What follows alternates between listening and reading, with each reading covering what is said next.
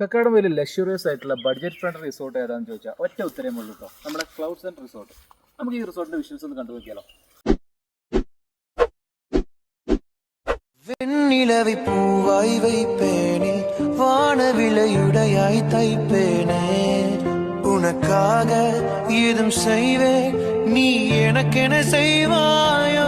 இந்த ஒரு ஜென்மம் போதாது, 7 ஜென்மம் எடுத்தும் தீராது.